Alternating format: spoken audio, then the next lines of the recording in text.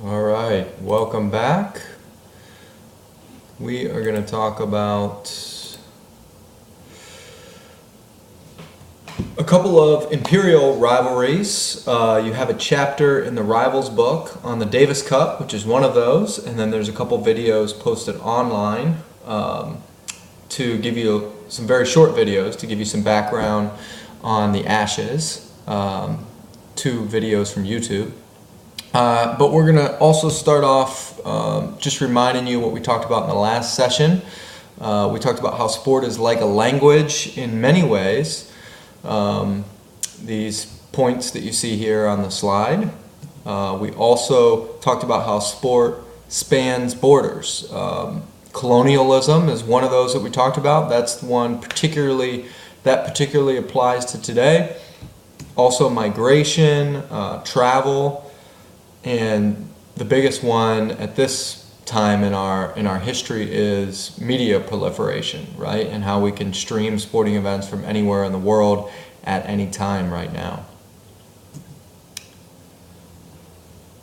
So one question that this raises is America's sports culture being Europeanized? And the first example that you might think of in that regard, recall that last time we talked about hegemonic sports cultures, and those sports cultures of a particular region or country are not necessarily permanent in time, right? They evolve.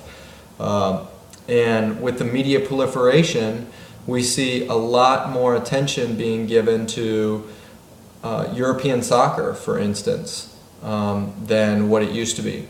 And that influence has certainly influenced our own soccer culture here in the U.S. We've seen a growth in our own domestic league, the MLS. We've also seen quite a bit of growth in TV ratings and TV availability of the European clubs, primarily European clubs. So here's a look at the map of MLS in 2009, and you can see sort of the spread of teams here. Here it is 5 years later, right? And you see several more additional teams added in just that 5-year span. Since the time that this map was generated, the teams have started play in Minneapolis as well as Atlanta. Expansion teams since the earlier map in New York. And in Philadelphia, a second team in New York and in Philadelphia. Also the team in LA, the second team, Chivas, folded and a new team started in LA. Orlando started as well. David Beckham's Miami franchise has been getting some traction. And of course we have FC Cincinnati here locally that has been getting quite a bit of popularity and traction.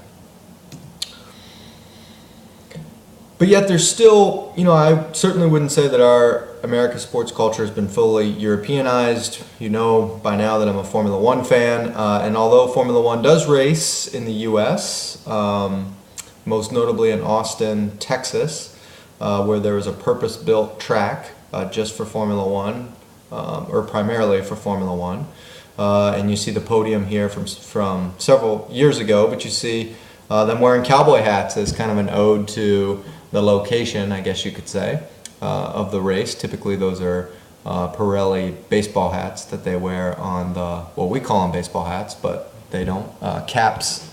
But here they're cowboy hats. And while Formula One has gotten somewhat more popular in the U.S., it's certainly nowhere near NASCAR, for example. So perhaps some influence from Europe on our sporting culture, but we still maintain a pretty distinct sporting culture of our own. So how about the flip? Is European sport being Americanized? We talked in the last session about how traditional European clubs have started to operate much more like our franchises operate as businesses. So that's one example, and certainly a huge influence on that has been many European clubs now having American majority ownership. Here you see on the left in this picture, John Henry, primary owner of the Boston Red Sox, also a majority owner in Liverpool, along with LeBron James, who's a minority owner. This is the former owner of the Cleveland Browns, Lerner, and he is the majority owner of Aston Villa Club. Here is Khan, who owns Fulham. You see him there with the Fulham jersey. But can you identify him as an owner of a North American franchise, perhaps? Jacksonville Jaguars. Maybe some of you recognize him as the Jaguars owner. And of course, one more thing about Khan, he's been pretty aggressive about having Jacksonville, the Jaguars, play in London. They're the NFL team that's been featured the most in the London games, and no coincidence that he owns a European soccer club as well. And of course, this trend pretty much started with the Glazer family taking over Manchester United quite a while ago. The Glazers own, do you know? Tampa Bay Buccaneers is the North American NFL team that they own. So just some ownership examples of how European sport is in some ways being Americanized, becoming more commercialized, run much more like a business. And part of the reason that we see these owners of North American franchises branching out and buying these clubs in Europe is because they see potential for growth in Europe in operating those clubs like a business. There's potential to make a lot more money on those clubs because they're not leveraged commercially the way that a lot of our clubs are here in the US. So they can snap up these franchises that have lots of fans, they can increase merchandise sales, increase streaming, increase sponsorship of those clubs, and they can make a lot of money on doing that in the process, because those clubs until recently have not been as commercialized as our sports teams here in the US. All right, so one of the great things about sport is you've got some commonalities locally and you've got some things globally. So in some ways sports spans borders, and it's kind of a sport can represent a global language, but it can also represent very much a localized language. So around the globe, sport, we recognize it as competition, as zero-sum competition. Zero-sum meaning there's a winner and a loser. There's somebody who scores a certain amount of goals, and on the flip side there's somebody who has given up that certain amount of goals, and it adds to zero, right? That's the zero-sum competition, and that's pretty common all around the globe, right? Yes, you do have ties in certain sports, soccer most notably, in certain games, but at the end of the season a winner is crowned. There's a winner and there's loser teams. It's unscripted. We don't know what's going to happen. That's the great entertainment aspect of sports, is that it's not like going to a movie that's been scripted out, or a play, or many other forms of entertainment where there's a script that's followed.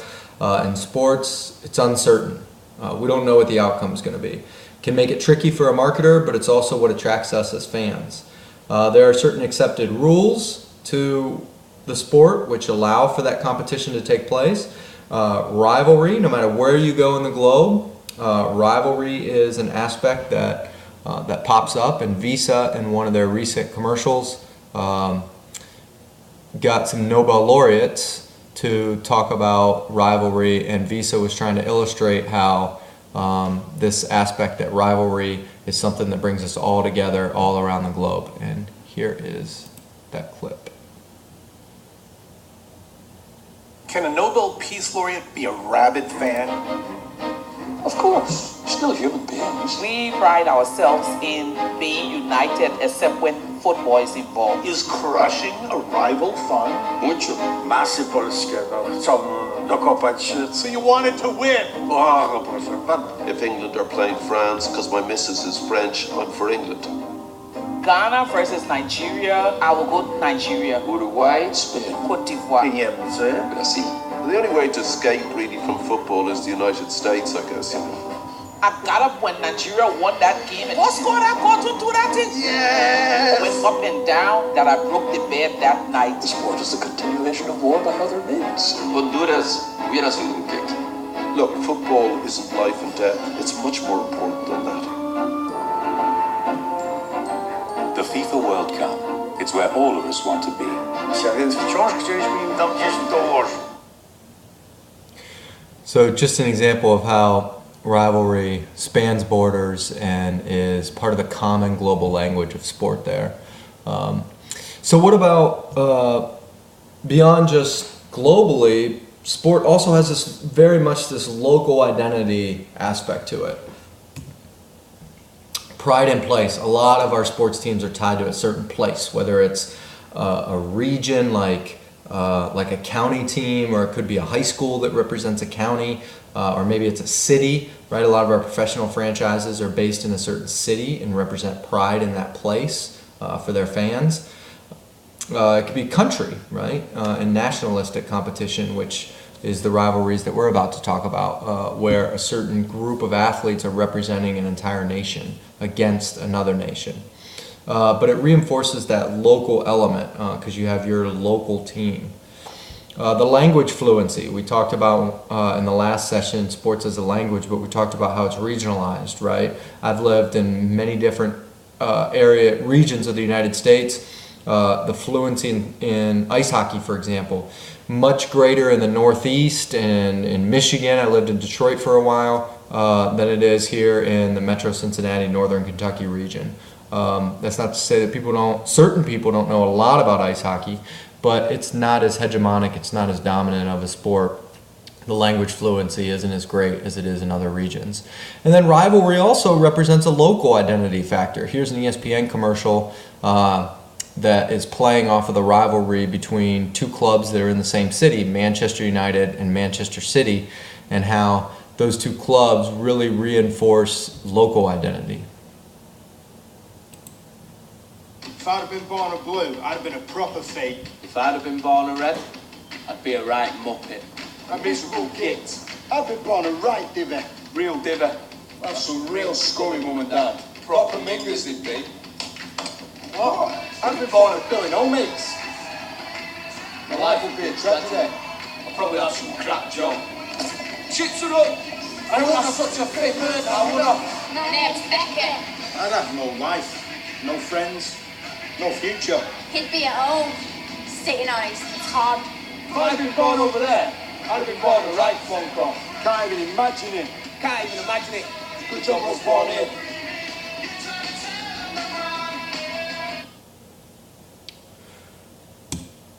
Right, so there you get an example of two different people that are essentially living the exact same life in Manchester. One's a Manchester City fan, the Blues. One's a Manchester United fan, the Reds. And they're trying to sort of make fun of each other, but in the split screen we see that they're really very similar, right? But because they have that different local identity, different sides of town, different sides of Manchester, representing different clubs, they feel like they're separated, right? And the local club is the in-group, and that crosstown club is the out-group to them. So it really reinforces their ultra-local identity. So let's talk about rivalry, or some specific rivalries. So the two we're going to talk about today are national sports competitions. National sports competitions can sort of take on an even larger importance to them because it's athletic supremacy, but representing a whole country. Later in the term, we're going to talk about the Cold War and how competition between the U.S. and the Soviet Union for supremacy athletically represented much more than just athletics within the Cold War. And that can happen when we talk about national sports competitions. There's symbolic capital that's taking place, and that's just another way of saying that sports is a symbol for a whole society or a whole nation fighting against another nation in a zero-sum competition on the playing field. And then that pride in place, certainly it relates to cities or even different sides of a city on occasion, or different parts of a city, like the Cubs and White Sox with north side, south side of Chicago, or it can represent a whole nation, right? Pride in place being your nation or national affiliation. The British Empire plays a huge role when we think about rivalries in national competition. Here you see a map of the British Empire in the late 1600s, early 1700s, and you see how Of course, they had part of the United States, the part that we're in now. They had all of Canada, they had India, Pakistan there, Australia. They had many parts of Africa and some parts of the Middle East that were part of the British Empire at that time. So this, of course, relates to the Davis Cup in that you saw a large part of the U.S., right, was part of the British Empire or the English Empire, which hopefully is no surprise to you. And the Davis Cup involves the U.S. and another country. Can you guess what one? Hopefully my lead in, and if you've read the chapter, you'll know in the Rivals book that it involves, yes, England. The challenger here was who? Us in the United States, and we were challenging England, the mother country. I know that's the British flag, or the Union Jack, the United Kingdom flag, and not just the flag of England, which is only part of the United Kingdom flag. This is the English flag up here. This is a quote from the chapter. There was this growing recognition that the nation was increasingly embracing, in this case talking about the United States, was increasingly embracing the ideology and practices it had long denounced. So this quote I've taken from the chapter. This is talking about the origins of the Davis Cup in the early 1900s. You see it was first played in 1900. What ideology and practices is the author talking about here? Well, this is where the imperialism relates to it. Not just that the U.S. used to be part of the British Empire, but also that the U.S. was starting to take over territories and spread its nationalism outside of just the traditional borders that we think of. And the U.S., of course, denounced that practice when it declared itself independent of England. And then later the Monroe Doctrine said, hey, all of you European powers get out of the Americas and let us each rule ourselves individually. But the U.S. was starting to get expansive at that time in the early 1900s. And so, like we're going to see in a lot of different rivalries, there tends to be this big brother, little brother aspect to it, right? And in this case, the big brother is England, right? Or even more broadly, the United Kingdom. And the little brother is the U.S. here, where we used to be under English rule. Now we've been separated for, at the time of 1900, over 100 years, right? But still, 100 years might seem like a lot, but that's only a few generations, right? So there's still a connection to the fact that we know that England used to be our mother country. We want to have a separate culture from them. We've broken away from them. And one way to prove that we're separate and superior in some aspects is to challenge them in sports and beat them in certain sports. Davis Cup was modeled after America's Cup. Of course, Davis Cup is in the sport of tennis. Tennis started in Wimbledon, but what you might not have realized is that Wimbledon started as a croquet club. Wimbledon, of course, is in England. And so, again, thinking of this big brother, little brother, one aspect of this rivalry is you had private tennis clubs in the United Kingdom, in the U.S., and in Australia. MCC is the Melbourne Cricket Club, which is also a tennis club as well, and where the Australian Open is held. You had these private clubs, and so you had pretty good tennis proficiency, some good players in these three countries. These were like the leading three countries in the sport of tennis at the time. And in the U.S., a student at Harvard with the last name of Davis, I think it was Dwight Davis, decided that he was going to challenge the best players in England to a competition in tennis because England was known as the origin of the sport of tennis, and the best players were thought to be in England because that's where it started. But he wanted to establish America's superiority, and what better way to do that than to challenge the country where the sport started and where most of the best players are supposed to be. So he creates this cup competition where he's going to take his good team and they're going to go and they're going to play against the best that the English can offer. And there's your answer to that particular question. Why challenge England in tennis? Well, that's where tennis started. Now the authors point this out, and this is important as it relates to sports business in general, that we see in this rivalry where America is going to kind of commercialize and make international a sporting event. And we've been the lead country in doing that over the course of time here over the last 120 years. We've become sort of famous and on the leading edge of creating sports as a business opportunity, as a commercial opportunity, and saying, hey, let's make this an international competition and get more target market potential consumers involved in this by involving nationalistic competitions against different nations.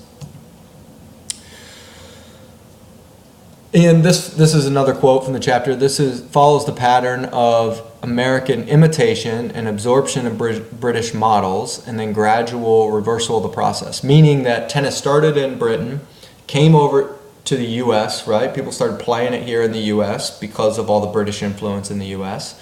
So the U.S. sort of adopted that British model in the sport of tennis, but then commercialized it much more, made it into a formal cup competition, and then reversed the process by taking the cup competition back to Britain, the more commercialized aspect of the sport, back to Britain. So why is this a rivalry? Well, we talked about the big brother, little brother aspect of it. So maybe there's a relative dominance aspect to this rivalry. So that's one point, relative dominance, meaning England had been dominant in that sport and America wanted to challenge them. You've got cultural similarity between the two, right? If we think about what nation is most culturally similar to ours, England comes to mind first, probably. Australia is perhaps a close second. All three of those countries very culturally similar. If we go back to the big brother, little brother analogy, one of the reasons that there might be a rivalry, sibling rivalry, is because you grew up in the same family, but you want to establish separate identities, right? So cultural similarity, two nations or cities or cultures that are similar will sometimes resort to sports competition to create separate identities, and one team being able to, or one region to be able to say, hey, yeah, we're a lot like you, but we're actually better. We're superior because we can beat you in this particular sport. So we've got relative dominance, we've got cultural similarity that probably contributes to this rivalry and wanting to establish our own identity apart from England. And then parity, right, and competition certainly contributes to this rivalry. We talked a second ago about how the best nations in the world at this time, England's probably on top, but then you've got the U.S. and Australia, right? And the best players in the U.S., they want to play against the best in the world, so where do they go? England, right? So parity and these wanting to play the best of the best contributes to this rivalry as well quite a bit. So another rivalry, no reading on this one, but a couple videos posted online about it, and we'll watch one short video here. This rivalry is between what two nations? The Ashes we're talking about here. You've got England, again, I should put the English flag up there instead of the Union Jack, but you've got England, right, which is a big part of the United Kingdom, right, the main part. And then you've got Australia in this one, right? So a lot of the similar things that we talk about with Davis Cup as it relates to tennis in the U.S. and England also relate to this rivalry between England and Australia, but it's not in the sport of tennis. In this case, it's what? Cricket. Right? Cricket is where the Ashes come into play as a rivalry. So let's watch a short video. Try and follow, especially the part where they talk about, right at the beginning here, they're going to talk about the history of the rivalry.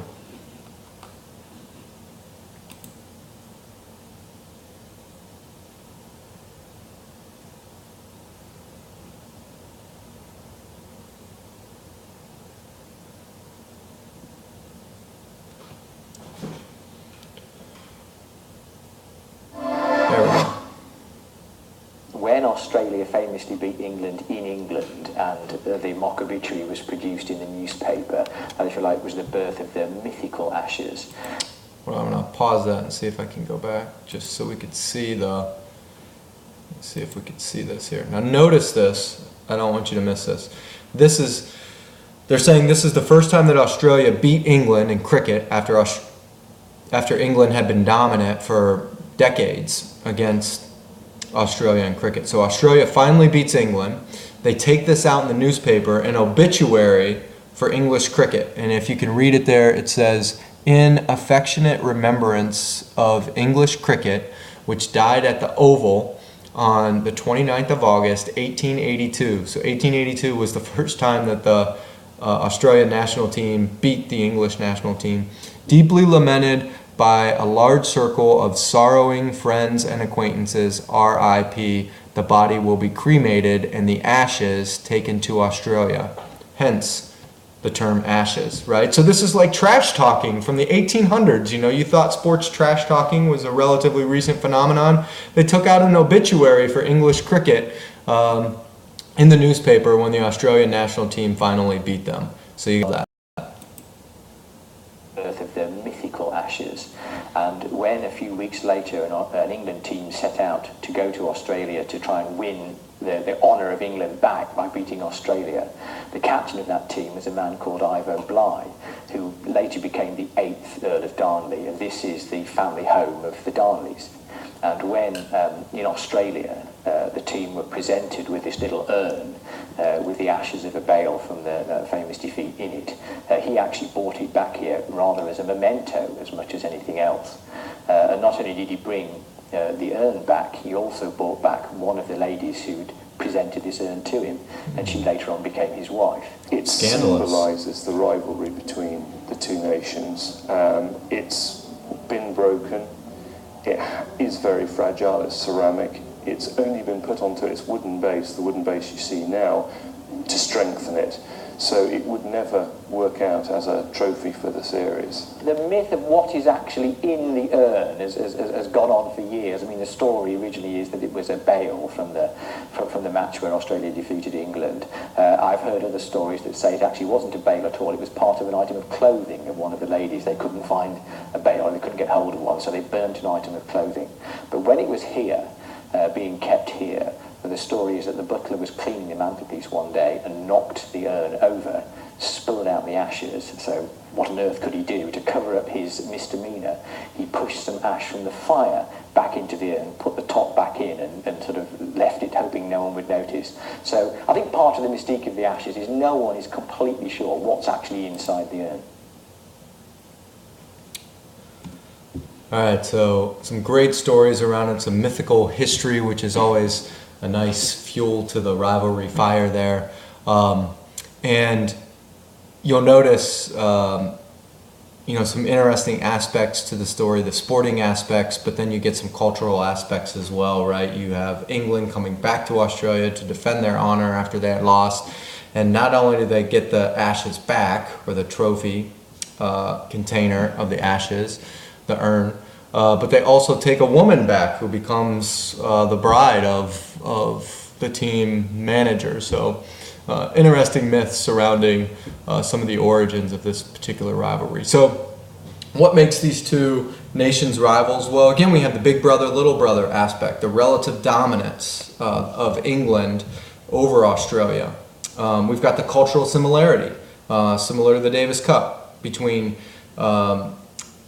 in this case, in the Ashes, between England and Australia, right? And so Australia especially wants to have a unique identity apart from England, so why not challenge England in a sport that was started in England, cricket, and beat them? Parity, right? These are two of the best nations in the sport of cricket, and so when you're the best, you want to play against the best, and so that fuels the rivalry as well. And then we have some interesting trash talking that goes back between the two as well, hundreds of years. So make sure that you watch the other two videos. They're not the same as this one. There's two other short videos about the Ashes posted online.